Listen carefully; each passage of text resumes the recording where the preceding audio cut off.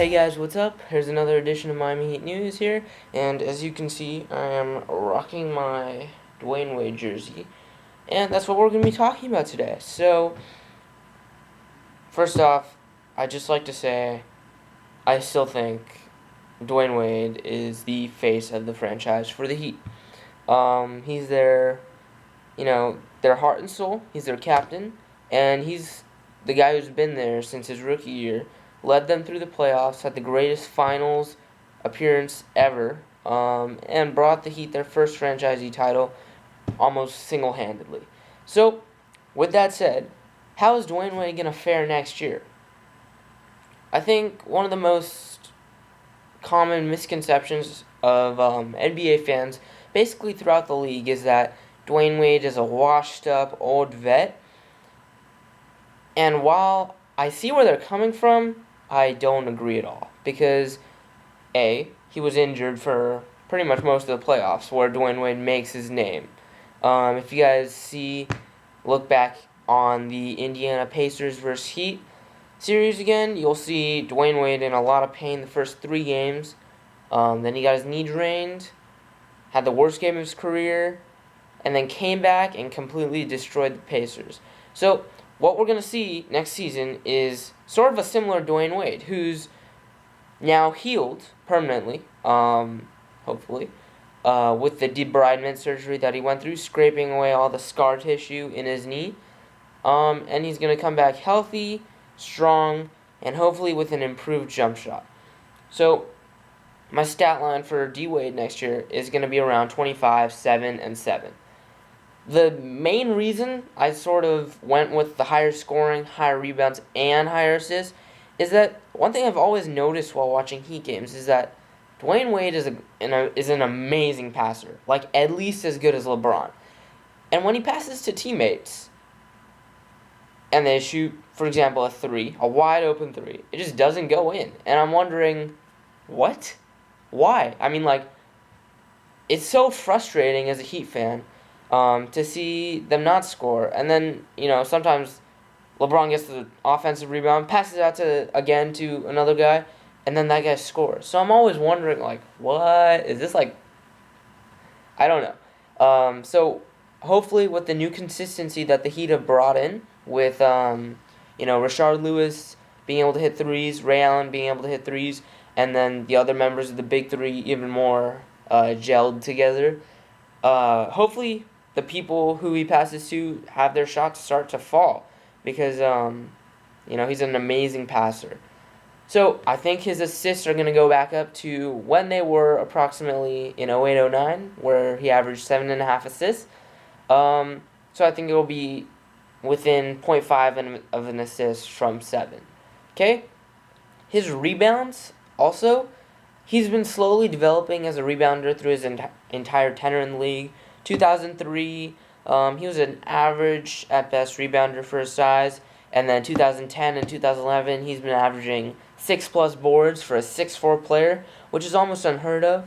I think only Landry Fields averaged more rebounds, or Carl Landry, one of those, had a Landry in it.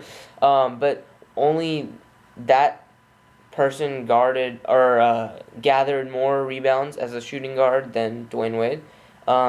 So he's going to continue to improve as a rebounder, and I'm hoping to see that around 7 this year. Last year was around 6.3. The year before it was around 6.8. So we're seeing that in the high 6s, and it's definitely possible, especially if the Heat defense can force more rebounds. But we'll definitely see, because Dwyane Wade is a great rebounder for his size. And then finally his scoring. What can Dwyane Wade contribute on the offensive end that he couldn't last year? I think this is more of a two-pronged sort of question, where one of the answers is that he's probably not going to defer as much to LeBron. If you correctly remember, Dwyane Wade said to, I think, ESPN, that he would be deferring to LeBron this season, and that it was the hardest choice that he had ever made, but they needed to win a title, so he would defer. I don't think we're going to see that Dwyane Wade this year. to be quite honest, he's a great scorer. And he's honestly, if he wants to score 30 in a night, he can go out and do it. Look back to 08-09 again, when he was completely healthy. And what we saw then was a dominant Dwyane Wade who could slash through defenses. And he didn't even have a jump shot, you know? And that's coming to the other part of the answer. Dwyane Wade needs to develop a jump shot this summer. Working with Tim Grover over at Attack Athletics, Dwyane Wade can definitely improve his jump shot. If you guys look at Derrick Rose, the dude scored hit 27 3-pointers. He hit a combined 81 3-pointers through his first 3 years in the league, and then his 4th year in the league, he hit 87 in just that year. So it's definitely possible to become a great 3-point shooter over a summer when you work at it. Dwyane Wade, who's healthy now, who's going to be not on Team USA and focusing on making himself better, needs to work on that jump shot and develop and basically Jordanize, because this is what happens to all great shooting guards. You know, their athleticism starts to fade as they get 31, 32, 33 years old. I think Dwyane Wade is at the point where he can develop a jump shot as well as, you know, continue slashing at the amazing and creating the amazing plays that we see all too often from him. I want to see a couple more Anderson Varejao dunks. So I don't want him just to rely on the jump shot alone.